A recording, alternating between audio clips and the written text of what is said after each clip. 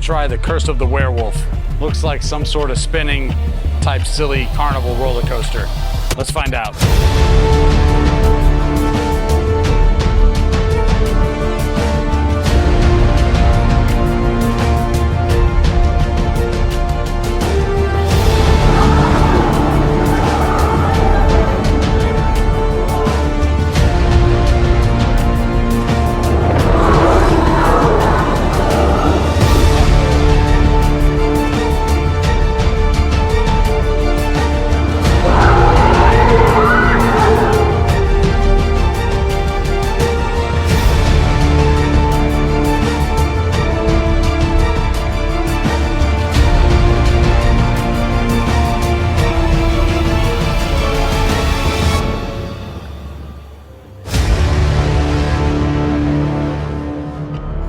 Curse of the Werewolf, pretty much as expected. I am very glad it was a short wait because that was also a very short ride. For the expectations and the outcome, I'll give it a 7 out of 10.